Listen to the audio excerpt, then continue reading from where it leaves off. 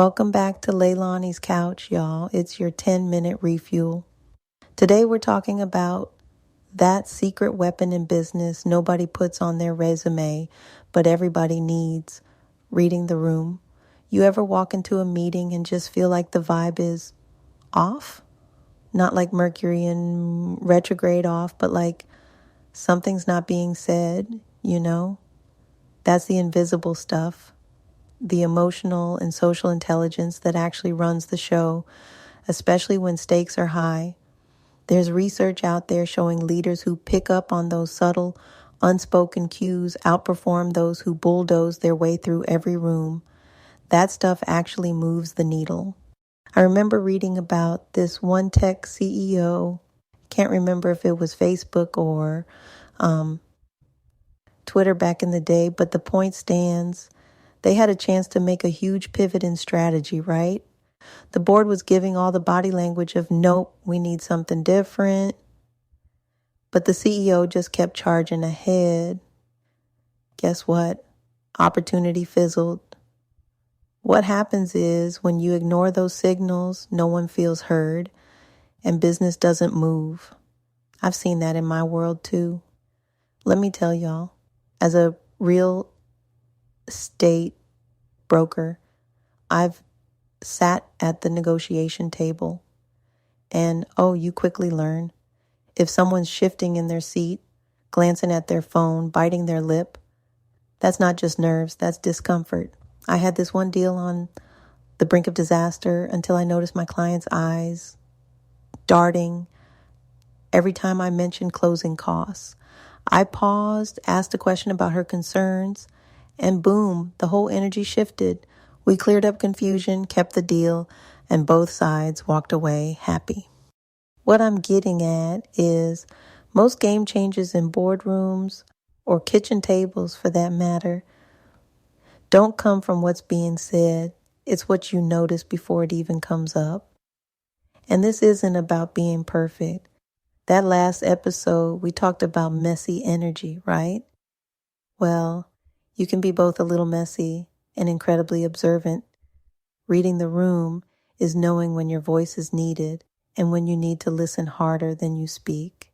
So let's break down what that actually looks like. Because it's not telepathy, right? You don't need a sixth sense. It's all about picking up stuff like eye contact. Does it break quickly or linger? Is someone's body turned away? Or maybe you've got that silence. Not the respectful kind, but the we're zoning out kind. These are the tells. I saw it in action once in this product pitch. I think it was for some new tech platform where you could literally watch the team check out as soon as the slides went up. A couple of crossed arms, some glancing at watches, even a yawn, but the speaker just kept going. By the time the Q&A started, that room energy was so low, even coffee couldn't save it. They lost the deal. I felt that energy at our Boss Women Network sessions too. You know how it is? Sometimes you prep this powerhouse agenda, you're hyped, but then you notice folks sipping water, staring off, checking their phones. That's not a personal attack. That's just the group's way of telling you,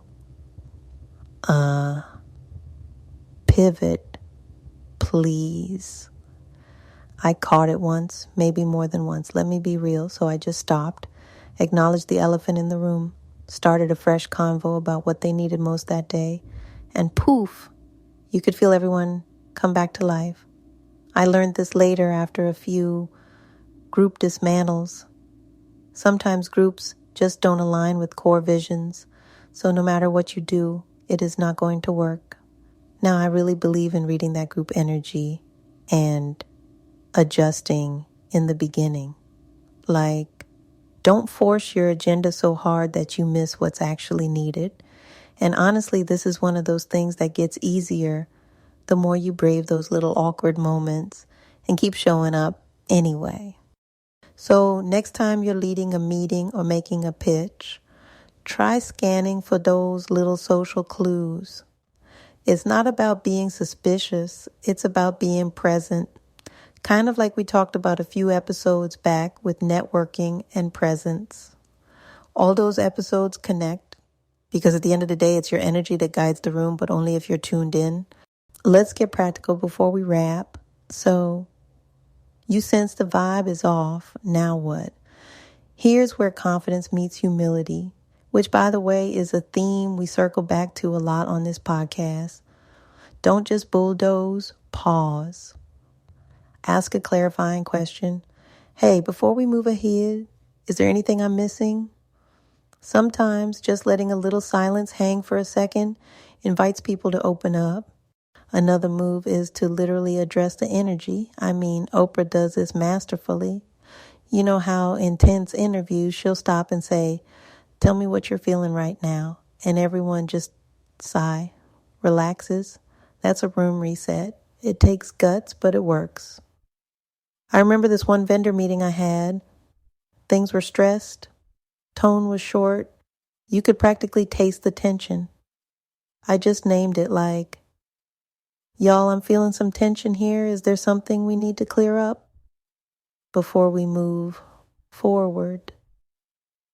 It broke the ice. We laughed, got honest about what was bothering us. And you know what? That partnership survived and thrived because we didn't pretend everything was fine when it wasn't. So, ask questions, pause, read faces, and don't be afraid to name what's in the air. A room can be transformed in one honest moment. It's like what we touched on in the Stop Playing Humble episode. When you really own your space, own your awareness, you're not just shifting the energy for you, but for everyone there. That's how you become memorable. All right, fam, take this into your next meeting, pitch, or family dinner even. Just read the room and then move it where you want it to go. That's it for today, but you know we're not done. We're just getting started. We are all still learning. Until next time, keep showing up, keep tuning in. You're always welcome back on this couch.